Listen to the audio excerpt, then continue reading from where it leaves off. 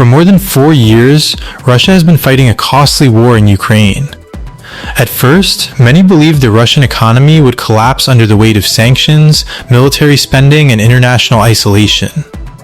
That did not happen. Russia adapted. Factories increased military production, energy exports continued, government spending kept the economy moving. But today, a different question is emerging.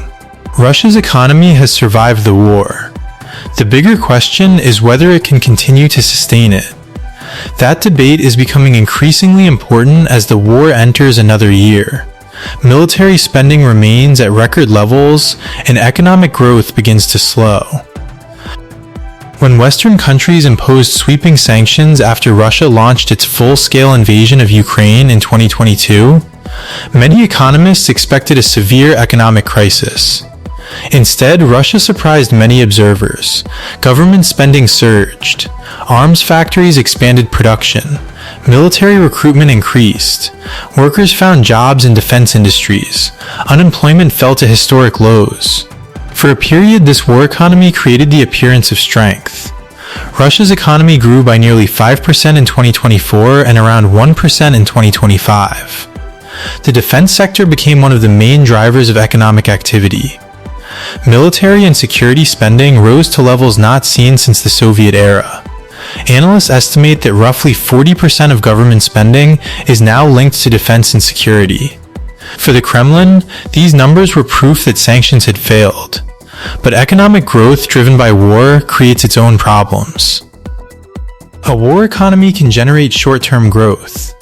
Factories receive government contracts. Production rises.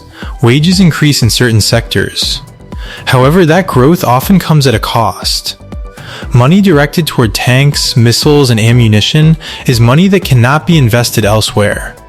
Healthcare, education, housing, infrastructure, and private business investment receive less attention. Many economists now argue that Russia is facing exactly this challenge. The economy is increasingly dependent on military spending, while civilian sectors struggle with high borrowing costs, labor shortages, and declining investment. One Russian lawmaker recently summarized the problem bluntly. The country faces a difficult choice between funding the war and restoring stronger economic growth. The clearest warning sign is slowing economic growth. Russia's economy ministry now expects growth of only around 0.4% in 2026. That is a sharp decline compared with the stronger growth rates seen earlier in the war. Several factors are contributing to the slowdown. Interest rates remain high. Inflation continues to pressure households. Many industries face worker shortages as military recruitment and defense production absorb labor. At the same time, sanctions continue to limit access to technology, investment, and international financing. The result is an economy that remains stable but increasingly strained. Russia is not collapsing, but it is no longer growing the way it did during the early years of wartime spending. Russia's ability to finance the war depends heavily on energy exports. Oil and gas revenues remain one of the Kremlin's most important sources of income.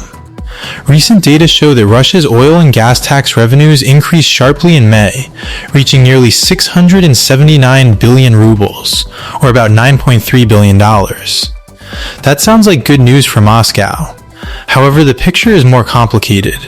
Despite recent gains, oil and gas revenues during the first 5 months of 2026 were still significantly below the same period in 2025.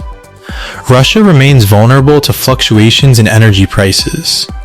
Any prolonged decline in oil revenue would make financing the war much more difficult. This is one reason why attacks on energy infrastructure have become an important part of Ukraine's strategy. Despite growing economic pressure, there is little evidence that President Vladimir Putin is preparing to abandon the war. The Kremlin continues to prioritize military spending.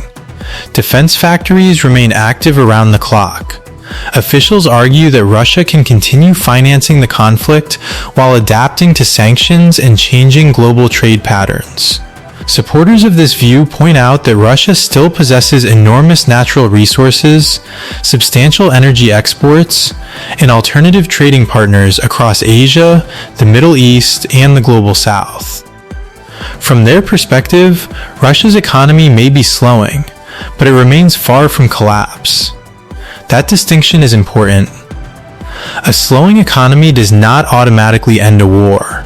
History provides many examples of governments continuing conflicts despite significant economic hardship. The biggest threat to Russia may not be immediate economic collapse. It may be long-term stagnation.